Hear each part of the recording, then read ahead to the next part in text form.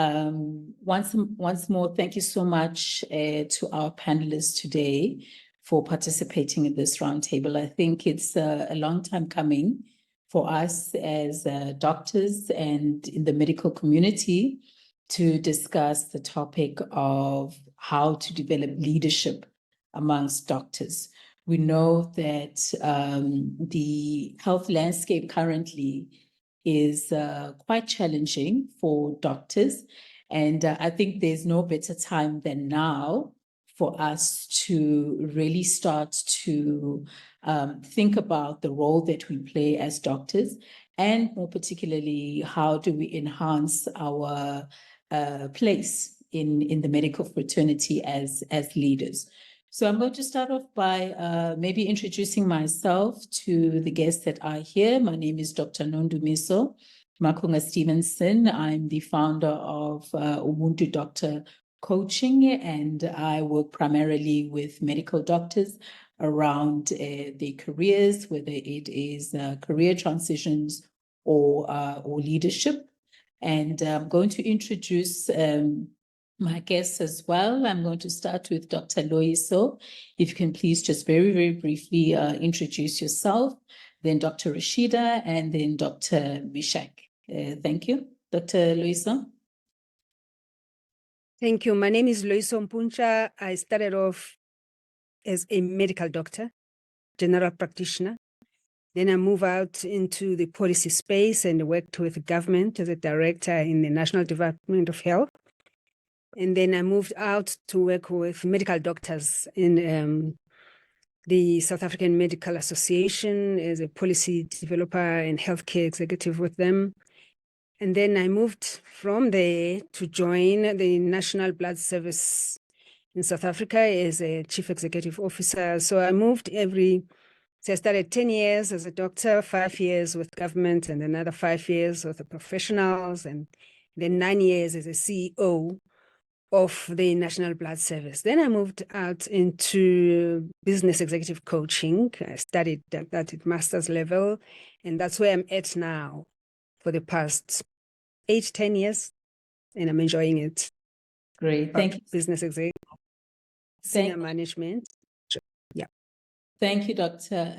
Loyiso. And for the participants here, we'll definitely share the contact details, including, I think it would be nice to share your LinkedIn profile, if that's fine with you, as the follow-up if they want to learn more about you and also your business. Dr. Rashida? Hello, everyone. My name is Rashida Hall, and I'm a nephrologist in North Carolina in the United States. And part of my time I spend, or most of it actually, is as a scientist. I lead 3 NIH-funded projects now, so large grants that are funded by the federal government here in the United States. I also am a coach. I founded Make Internal Shifts Coaching, which is a program to help other women in academic research achieve their research goals, particularly around grants and promotion, and also managing their time. And I'm excited to be here and contribute today. Thank you, Dr. Rashida. Dr. Mishak? Thank you very much, Dr. Dumiso. My name is Dr. Mishak Ndirangu. I come from Kenya, and I'm connecting from Kenya. I'm a medical doctor by background. For the last about more than 20 years now. Early enough in my career, I worked with the government of Kenya as a district medical officer in one of the very remote counties in northern Kenya. Very later, I joined AMREF, where I've been for the last 18 years, the last half of which I've been the director for AMREF's programs in Kenya. AMREF is one of the leading health NGOs here in Africa. I'm also invested my time in coaching, and other than being an executive and career coach, practicing executive and career coaching, especially at my place of work. I've also written a book on career coaching that is available on Amazon and also in the various outlets. And I've also started a Pan-African platform for coaching called Coach Links, which has more than 200 coaches who are all in the spirit of advancing coaching in Africa. Thank you. Great. Thank you so much, Dr. Meshek, and really great to know about your book as well. I'll definitely make sure that we share the links if people are also interested in purchasing the books for themselves. So I'm going to start off with maybe a very basic question, and I would appreciate if you can perhaps draw from your own experience here around our medical degrees. If perhaps you can share with us your views around whether the medical degree or medical training, especially at undergraduate level, does actually equip us for leadership roles. Understanding, of course, that in most workplaces, it's almost automatic that when you have a doctor, you kind of thrust into this leadership role and leading the team. But the question is, are we adequately prepared as doctors in terms of our training to be leaders? I'm going to start with Dr. Loyiso. If you can just share your thoughts based on your own experiences. Thank you. Just thinking back on my experiences when I was training in medical school, the kind of training that one went through in my experience was rather listening and reading up and believing everything that comes from the book, from the lecturers, from the supervisors, rather than have more of yourself thinking. So there would be always a little bit of a dilemma when I'm trying to answer some question or give solution to a problem, that I'd like to broaden and say, perhaps there's something else or something additional to the kind of solution that are coming from the system that we're training. But the system doesn't allow one to think outside of that box. So my feeling was that the boxing, in terms of being boxed as somebody who's being trained as a medical, is limiting in a sense, that rather take what is there and get to understand and know it and apply it where there is a need, rather than keep thinking that there could be something else, there could be another option. And that was something that for me was limiting, because I also happened to embrace traditional medicine and the practitioners there, especially from our kind of sector, the Black people, and where I ended up working as a general practitioner and learning more and trying to take a lead, whereas there was no training in leading unless you get to specialize in a certain area, which also narrows your learning even more when you specialize. And that was my experience, really. Leadership was something that I picked up along the way out of interest to work with other people, and also to include the non-traditional medical practitioners in what I was going through. Mm-hmm. Yeah. And I think that's a very good introduction. We'll unpack all of those issues, I think, with subsequent questions that I'll pose to each of you. Dr. Rashida, did you have a similar experience around leadership? Your thoughts, please. Yes, when I think about leadership in medical school training, there's clearly no course on it, right? And in a lot of ways, I would think, if anything, we were learning from observation, from like when we got on the wards and you see the teams, the hierarchy of the attending, the resident, and then, the students. And so we could observe leadership, right? And that might be the closest we get to leadership training. And then in residency training, then we're asked to lead the team, right? So now you're a resident, you have the intern and the medical students underneath you, and no one tells you exactly how to do that. So that's sort of like an on-the-job training, but I think that still isn't sufficient either. And I think for myself, when I think about when leadership training came in, it came in particularly at my institution when they actually offered leadership for researchers, like acknowledging, maybe there's certain things we needed skills to develop along those lines. But yeah, I definitely think like distinct leadership training was void in medical school training. Thanks, Dr. Rashida. And it's interesting that we've all trained in different countries, right? Myself and Dr. Loisa from South Africa, yourself from the US, and already there seems to be this common understanding about the lack of training and how we basically start to encounter training in after you become a registrar, as you say, as a resident. Dr. Ndirangu, was that the same for you in Kenya?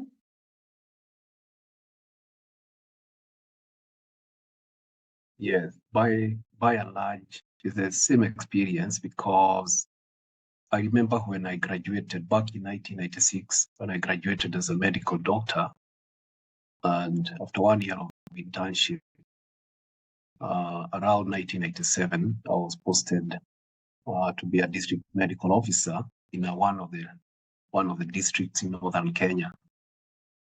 And I think for the first almost 2 years, it was very difficult for me to grasp the whole idea of leadership, because on one hand, I'm in theater, doing all sorts of ward rounds, and on the other hand, I'm also overseeing the health system or the entire district with almost 100 health facilities and more than 200 health workers. And it is at that point I began to realize, initially I actually wanted to be a pediatrician, but then started realizing the power that is in public health, leading at a level above clinical practice. And so I ended up pursuing Master of Public Health because I really wanted to intervene at a higher level. But as I was going through my Master of Public Health degree, I also realized that it is still bordered more on technical aspects of public health and not leading people, practicing leadership.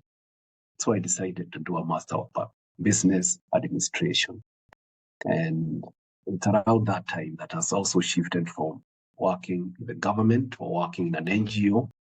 And I am happy that I made those decisions. I think I was among the very first doctors to pursue an MBA in Kenya. And it has paid off, because in my practice of leadership, a lot of what I practice today is what I've learned the last more than 20 years, and also what I learned in MBA. But the main things I usually say I carried from the practice of medicine to the practice of leadership. Number one is the art of listening. I always say that that's something I learned in medicine. I still listen as much.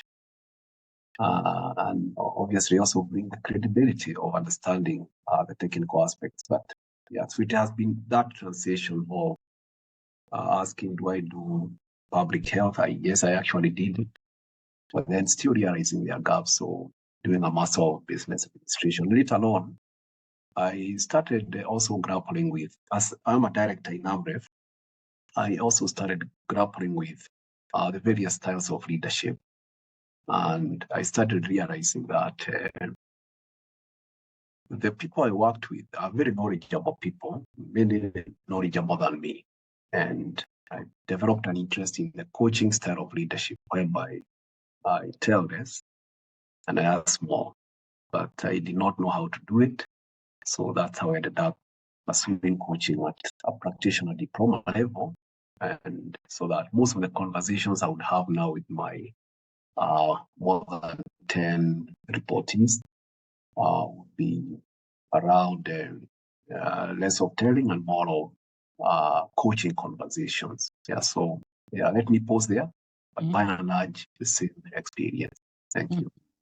And a very good place really to segue into coaching, as you've already mentioned.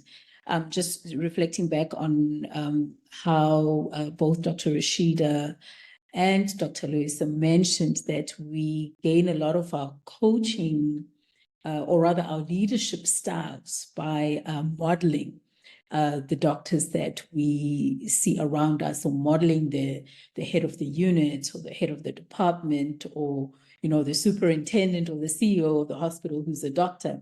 And for a lot of us, that has been the way that we have developed our own style of leadership as well, based on that. But we also know that exactly to all of your point, that because we have not been trained around leadership, it's not uncommon reflecting back to realize that there were people that we thought were leaders, but now that we are all coaches and we understand what leadership looks like and transformative leadership looks like, we realize that perhaps they were not necessarily the best model in terms of leadership. So I want to just take this time to really talk about coaching and mentorship and the role that it plays in currently, of course, but the future of leadership for doctors. Dr. Loisa, I know you are an executive coach as well, so maybe you can share with us what you do around your coaching and how you work with doctors and the specific type of doctors that you work with and the areas and industry that you work in. Yes, in my practice, I also work with doctors, and also there are doctors who have joined coaching as well. So there's a practice that I work on my own, and then we also work as a group of coaches.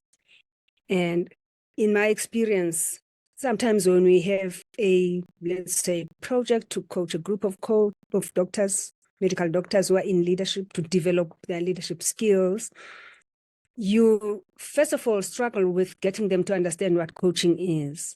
Now, what complicates for me is that they say, but you are a doctor, you should know what we're going through. And yes, I know. And this is why I'm interested in being a coach and coaching doctors. But the other thing that I found was a sort of a block for them is that as doctors, there is this thinking that they know it all. They don't need coaching. So for a while, when we start the conversations, we clarify the difference between coaching and mentorship, for instance. And so once people now start understanding, then the doors open and they're open to listening to these conversations and participating in coaching.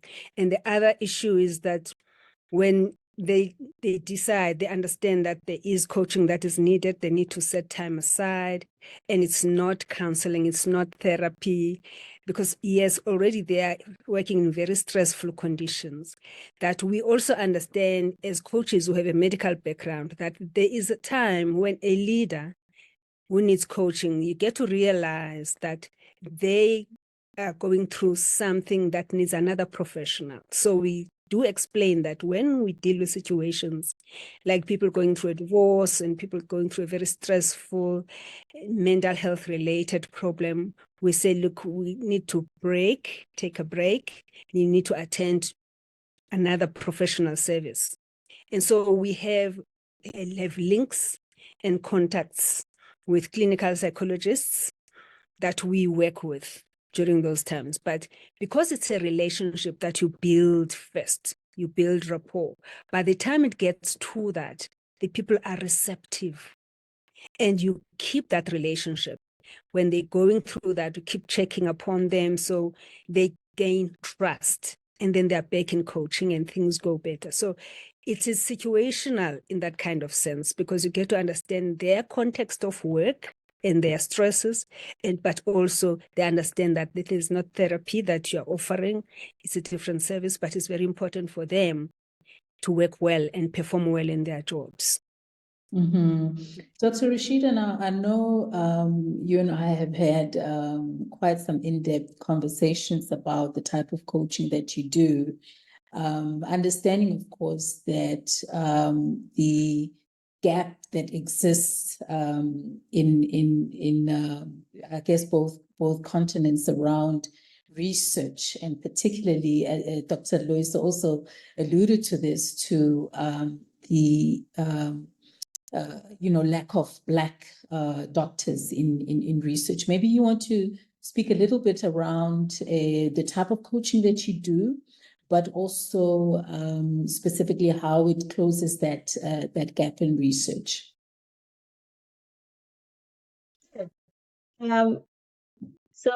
Yes, my coaching program is entitled Make Internal Shifts. And essentially what I'm saying with that title is that I help my clients make internal shifts in their mindset so that they can go after the big, scary research goals. And to segue to your other question, was like the gap. I think there are many issues but for someone who has the opportunity, because I think that's part of it, that some Black or African people are not in places where they have an opportunity to do research. It has nothing to do with their intellect. It's just like maybe there's not a research program near them or one that is truly of interest to them. But even aside from that, if the opportunity is available to you, oftentimes there will be an impression that you can't do it. Maybe because there isn't someone else that looks like you doing it. Maybe because someone of a different race, particularly white, might have assumed or said something to the effect that doubting your ability to do it.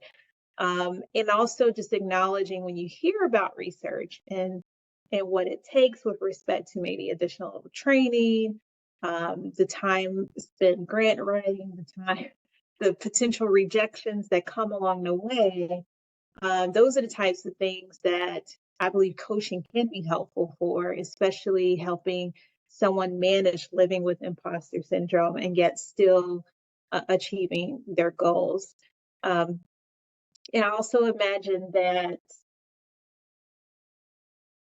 helping the reason why I like to do this is because I acknowledge that helping someone else achieve their research goals also better serves our communities, right? Because many women, especially women of color who are doing research, are really doing research that matters to the communities we care about, like maternal health or obesity and hypertension, and that hopefully we feed forward, because then maybe they will have their labs grow and foster other younger people behind them. Oh, she's doing it. And so perhaps cascading and growing the number of Black and African researchers. Mm-hmm.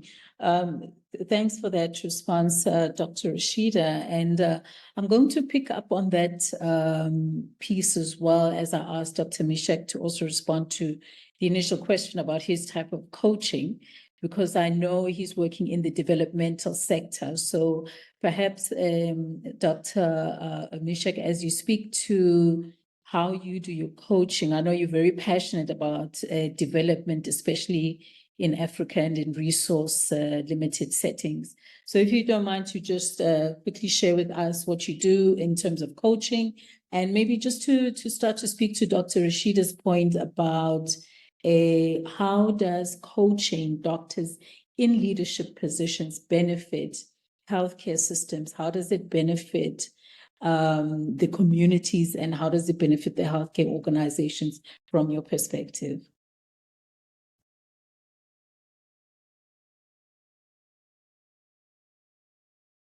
Yeah, so thank you. Yes, thank you, Dr. Lodomiso.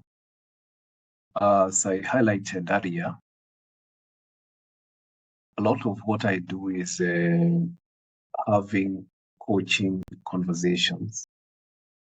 And this often will happen during monthly engagement meetings with the colleagues that I supervise, that I offer leadership to, or during leadership meetings for the team that I lead, or during specific engagements with staff on the corridors or in the field. And what I do is, as I mentioned, is focus primarily on asking challenging questions.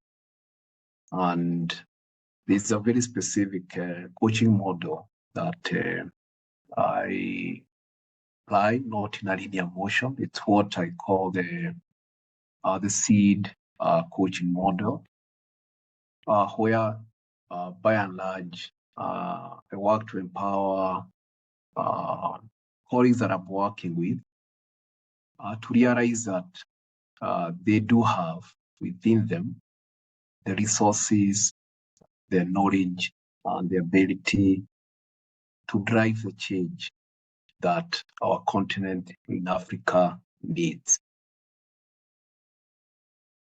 And just to give you an example, is the whole idea of differentiating the technical, easy to solve problems, the ones that doctors like to solve, like a patient has come and has appendicitis and needs an appendicectomy.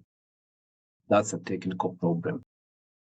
Compared to a problem like stagnating maternal and newborn health in the continent the last decade, or very slow rate of growth in sanitation and water access on the continent.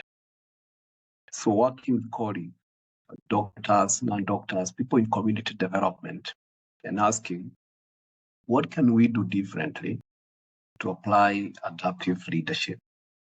How do we work with stakeholders? How do we look at data differently to basically shift from the small daily projects that we do to having a big bet perspective, and not imagining that any one person can do it alone, but recognizing that each of us, irrespective of our titles or the positions we hold, we can practice leadership by, for example, if it's maternal health that is stagnating in a country, beginning to look at data, beginning to look at that ecosystem, something that doctors we didn't never get trained to do, beginning to negotiate with stakeholders and beginning to ask what needs to change, for example, for the quality of healthcare to systematically improve in a whole county or a whole country. So I think that's the way I would put it, really asking those challenging questions, but also working with teams to look at data, to engage stakeholders together. And then as one goes on, sort of build movements. And that's what we are working on right now, what we are calling the big bets. And primarily, it's really driving towards building health systems that are more centered around people, or applying human-centered design.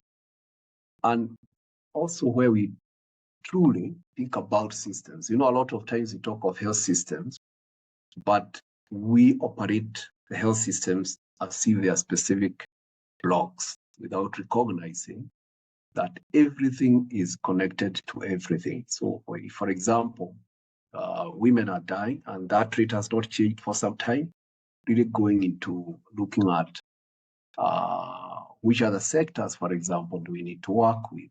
How do we ensure that the various aspects, right, for example, that we're looking at health worker behavior, something that we don't often look at, and all that.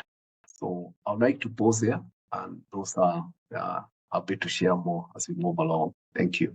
Yeah, thank you for that. And I think what you've brought to the fore also is just the acknowledgement of the complexity of health systems, irrespective of where one is. And so for me, that also brings up the question of how do we ensure that doctors can participate in the decision-making processes in healthcare organizations, starting at the lowest level. So not necessarily maybe taking the route that we all took into leadership positions, which was largely accidental, and maybe just understanding how to transition through the system, or having coaches and mentors to help us. But for somebody maybe that is out there that is interested in being part of the decision-making processes in their healthcare organizations, developing the leadership skills, where's a good place to start? Where would you suggest to do that, Dr. Loyiso? You know, it's very important. In fact, Dr. Meshack made me think about the systemic coaching. There is systemic team coaching, which also involves coaching individuals. It's to say that as an individual doctor, recognize that you are part of a system. And in the system, there are stakeholders that are having legitimate interests to benefit from having a doctor amongst them.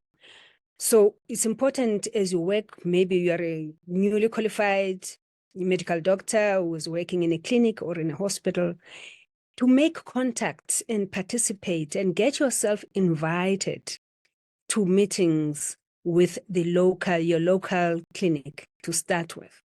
And this is where you begin to meet other people who are leading in that localized system in a clinic or in a hospital, where you start raising things, asking questions in a coaching conversation. Any contact there is a potential for you to interact and engage and build those coaching conversations. And people will notice there's leadership there, because before you step in, you'll have to meet the senior person who is running that clinic or that hospital, introduce yourself, show your interest as somebody who's interested to help, to assist, to understand. And so that's how people then start being spoken about in that small system, and then it spreads to the region, to other hospitals, that there is a curious doctor there who's interested to assist, to work with, and you get now those kind of recruitment or nomination to participate. Some clinics have clinics boards, or like hospital boards, where they would invite you. And also take interest in reading on what is going on around you. So this means time management. And so this coaching also broadens to that time management and how do you prioritize your life and being holistic about it, including your social life and your family and your health, and start managing your system as in your bodily system. So we try to create the links that it's important and it's very healthy to work systematically. And then you will get into leadership. And leadership is actually rewarding as well. Mm-hmm.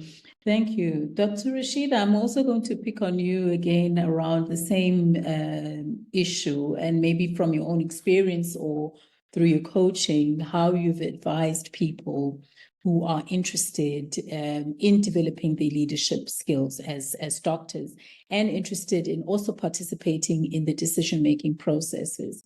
And I like the fact that you are also a clinician, because we also have people perhaps who are general practitioners who might want to know, how do I start? I'm a GP, I'm just seeing patients, and maybe I've got my small practice or big practice, but how do I nurture and foster leadership skills, some of which Dr. Loyiso has already alluded to: time management, productivity, emotional intelligence, all of those concepts. How would you advise as a young doctor, early career doctor, or even an older doctor who would want to do that?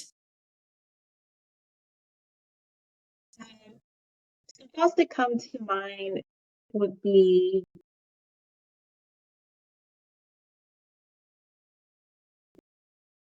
there's something about knowing yourself. I think that there's an element about leadership is getting an opportunity to reflect on your vision, your strengths, areas for improvement instead of saying weaknesses, or at least, acknowledging how you would want to be a leader and how does that measure up to where you are right now.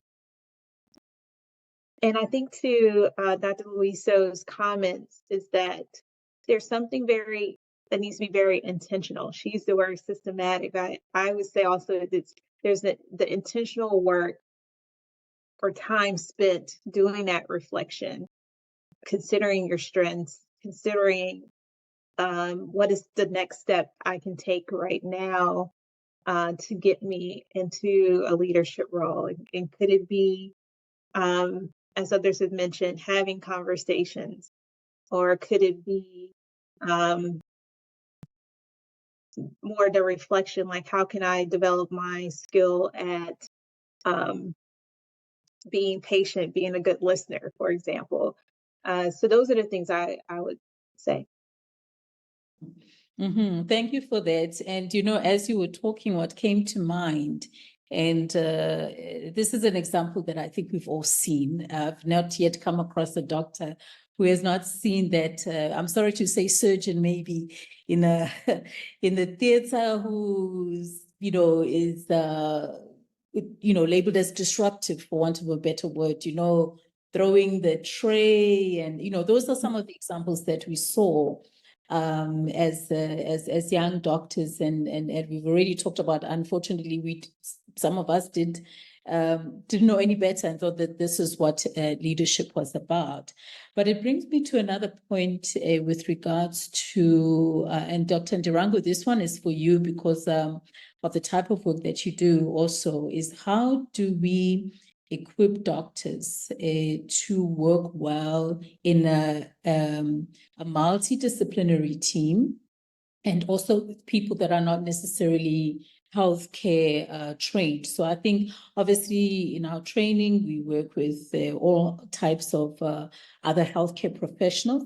But if, for example, you move into a hospital setting as a hospital manager or CEO or clinical manager, or you are a country director, there you start interacting with people from finance, from human resources, from supply chain, from other countries even, you know.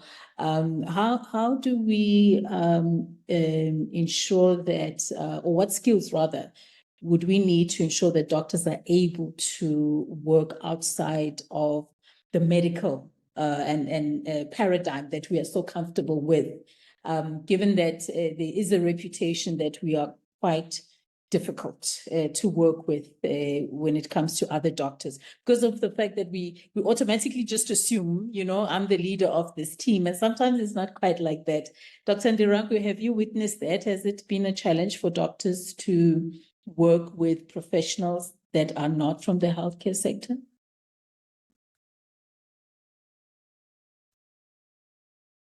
Yes, I have, and a lot of times I do know that sometimes doctors in Africa and elsewhere sometimes are perceived as the know-it-all, and the reason that happens is often the doctor, as they were going to school, they were among the top of the class, and they learned to be recognized that they know it all.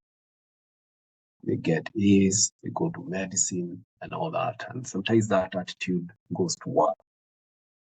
But then when it comes to addressing systemic challenges, systemic issues, the way Dr. Loyiso put it, then you realize that it's a whole set of new leadership, new skills needed, what I call adaptive leadership, and not the technical skills that got the doctor to where they are. So I could probably make 2 points. Number one is to recognize that the way people learn in workplaces and in organizations is something called the 70-20-10 rule, that 70% of learning amongst adults, all doctors are adults, we are adults, is through job experiences. 20% is through developmental relationships, and 10% is formal training. And so one of the best ways, and again to echo what Dr. Loyiso said, is to recognize the best way to support doctors is to create mechanisms for them to experience that 70-20-10 learning package. So that, for example, myself, I was posted in northern Kenya, a very remote place, and on the job, I came to learn the need to focus on health systems. So having doctors being rotated to challenging roles where they have to work with teams, where for them to achieve success, like improve quality, they have to build teamwork, team spirit, and all that is one way, and the most important way, giving doctors, including young doctors, the opportunities to do so. But as Dr. Loyiso said, the doctor also has to show initiative. But if you do that alone and you don't couple it with the second part, the 20% of developmental relationships, mentorship, coaching, then you find that the doctor gets very frustrated, agitated, and wonders, how come nobody is following my commands? But you see this where the older doctors, the more experienced leaderships, we have a duty to build mentorship relationships, and great organizations require work. There are those mentorship relationships, coaching relationships, like where I coach the young doctor on the challenges they are going through as a lead their team, help them see that what they are seeing as a big problem is just an issue of taking coffee with that stakeholder, understanding what are their interests, and ultimately finding common ground. And then the 10% is training, and I think there's no limit on the types of trainings that or reading that doctors can do, whether it's the LinkedIn Learning or Harvard Mentor or special or specific workshops, leadership, short leadership workshops, and all that. But the message is we must package the three. A lot of times we focus on training, and that is only 10%. It's very limited. So really building mechanisms for that. The second point, and I'll not go to details, is in the book I said I've written. This book is for younger people. But what I did in the book, I have brought out the top skills that anyone needs to thrive based on my own experience, from communication skills to leadership skills to teamwork, to being dependable, to showing initiative, the way Dr. Lisa said, the art of critical thinking, negotiating and conflict resolutions, which troubles a lot of doctors at the workplace, resilience, adaptability, emotional intelligence, and multicultural sensitivity, and embracing diversity.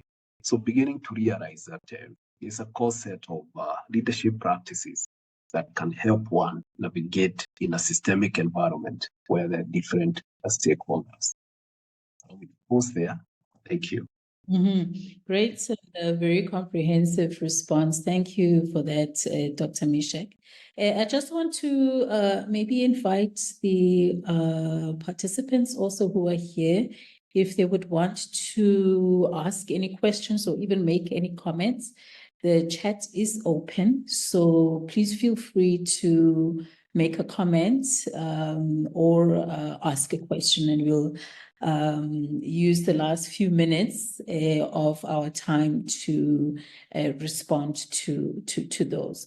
Now, I want us also to, and I think so far we've talked about perhaps some gaps that we have, but I want to make sure that we're not only talking about deficits, right? We are also acknowledging some of the positive things that our medical training does bring to the table.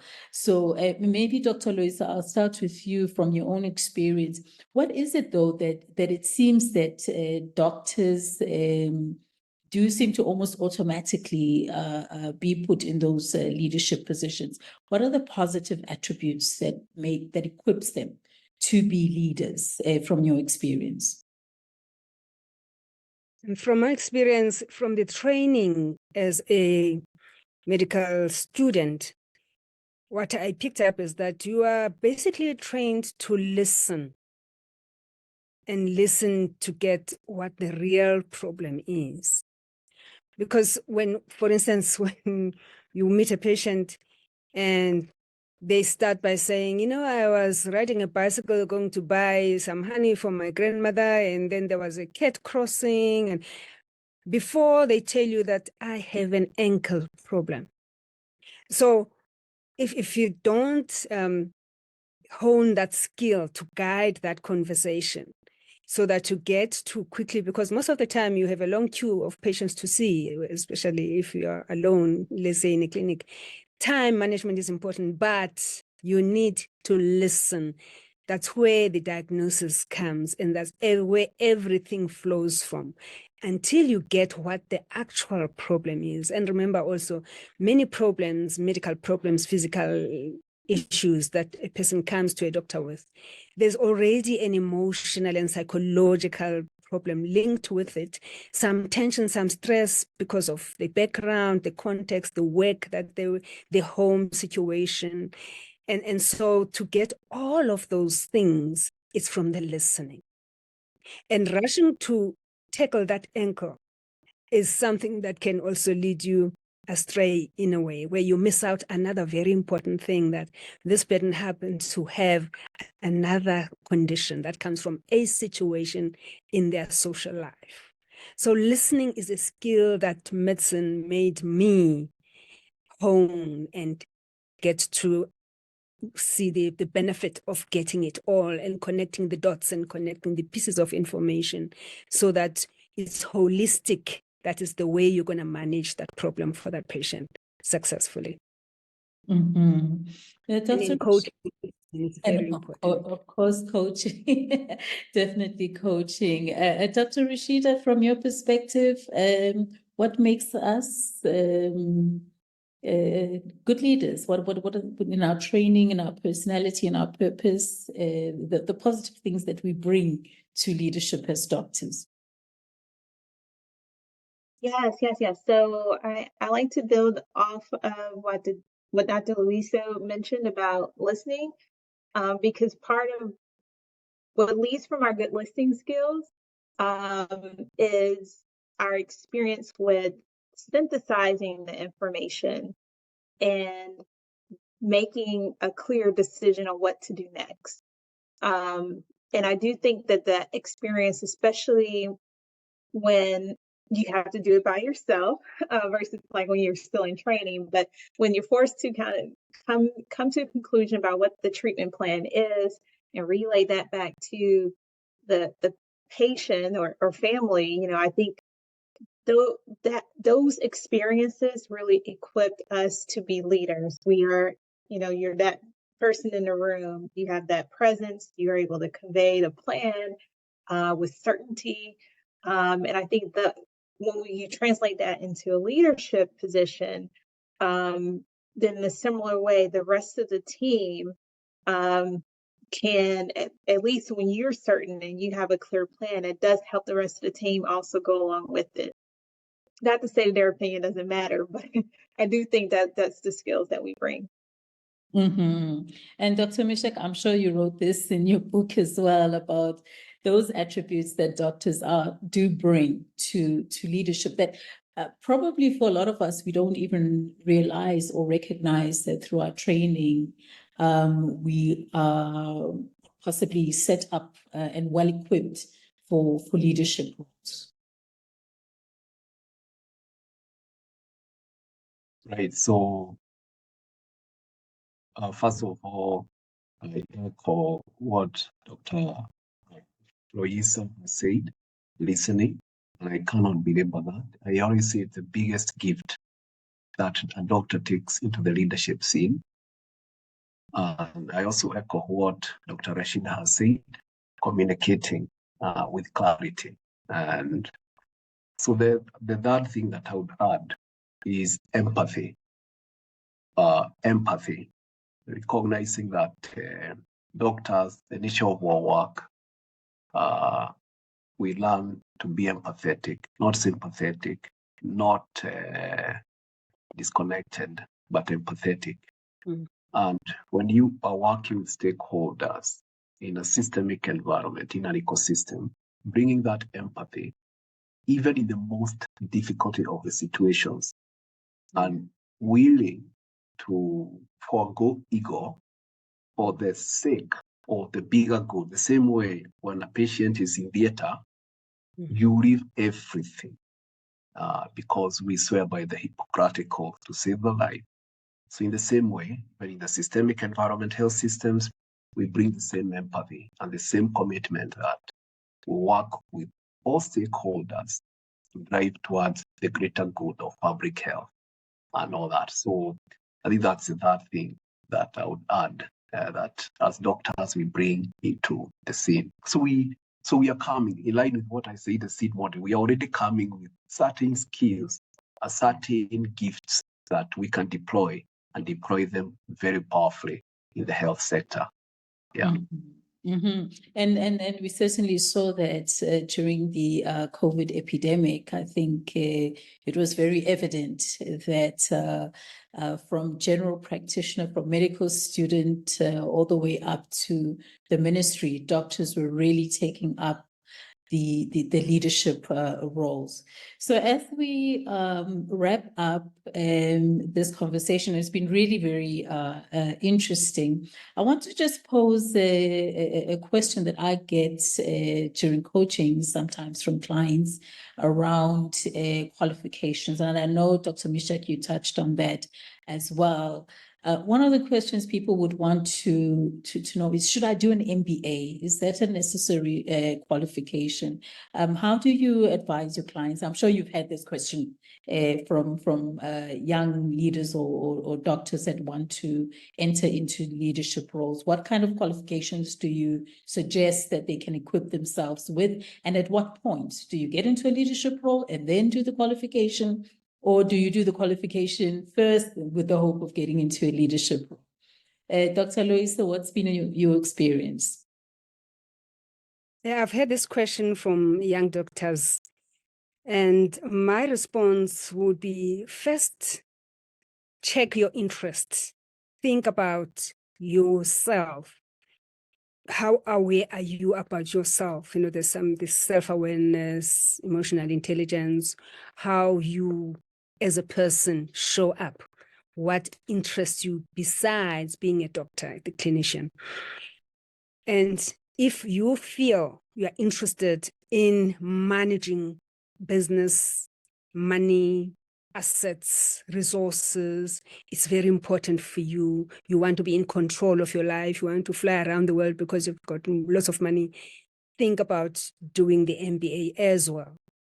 And in terms of when to do it, you don't have to have a leadership position first. In fact, it's better to do it before you get onto a leadership position, because it broadens your mind, broader than the medical, clinical world, to understand also how systems work, because in the financial sector, in the business sector, it's also about systems, assets, the economy, what's going around in the world, and that kind of thing. So get that, and then you can get to a leadership position, because doctors also get to be appointed as superintendents or CEOs of hospitals. And when you get that opportunity, if you have, and you have more chances of getting that opportunity to run a hospital, because you know asset management and that kind of thing, and human resources, how to manage people. And in dealing with that, you will have the skills you learn. Then you will practice better as a CEO in a medical setting. Dr. Rashida, do you have similar thoughts as well, or a different approach? You know, I'm listening and I'm not sure. I can see both ways. I can see that having training in advance is helpful. I can also see that that getting on the job training or being coached as you enter a leadership role could also be valuable. So I think that more than anything, I would make the case that don't let the fact that you haven't received formal training be a reason you don't pursue becoming a leader, however stage or kind of leadership role that could be. Because I think if anyone honestly is interested in being a leader and knowing what that level of responsibility is, then you probably already have some strengths and gifts already to equip you. And so perhaps what's holding you back may actually be your own doubts. And it might just be worth putting a step forward and then learning from there. Absolutely. Absolutely. Dr. Mishak, are you going to be the, what do they call it? The tiebreaker in this one? Yes. A first or the leadership position first? What are your views? Tell me, Doc, can you allow me to share a screen? There's something I want to show. Yes, please. Yeah. Just allow me. Okay. I hope by that I. Yes. Yeah. Can you try to share from your side? Is it Not yet. not yet? Okay, let's see. Let's see if I can allow you to share. Okay, I'm going to make you the host and let's see if that works. All right, can you try now? Okay. So I believe you can see the screen there. Can you see the screen? Yes, we can see the screen. Yeah, so this is an extract from the book that myself and several other authors put together. And in a way, it connects with the philosophy that Dr. Rashida has highlighted, that there is some sort of a formula to inform building, fulfilling, and high-impact careers for everyone at any age. Aligning to what Rashida said, first, explore your passions and purpose to enable you understand your career personality. And this means allowing you to embrace the things that you care about. If you care about maternal health, you're likely to end up in obs-gyne, or you could pursue leadership in that direction and all that. If you care about health systems, primary health care, you could end up like myself, the way I ended up. So acknowledging that we are never the same, and we all should aim to build our own very individual, distinct path based on that self-consciousness. And then secondly, start the job market of the third career. How easy is it to build a career in that? Or if for doctors, ask the question, instead of asking the job market, what is the need? What is the extent of the need in that space, the gaps and all that? And then only after that, build the hard and soft skills that will empower you to excel. The hard skills are like going to do the MBA, literally enrolling into a school, or deciding that you not do an MBA, but instead of you do a master's in health systems leadership or something like that. But soft skills, a lot of times have nothing with going back to school. It has everything to do with the 70-20-10 that I talked about, as well as often quite a bit of reading.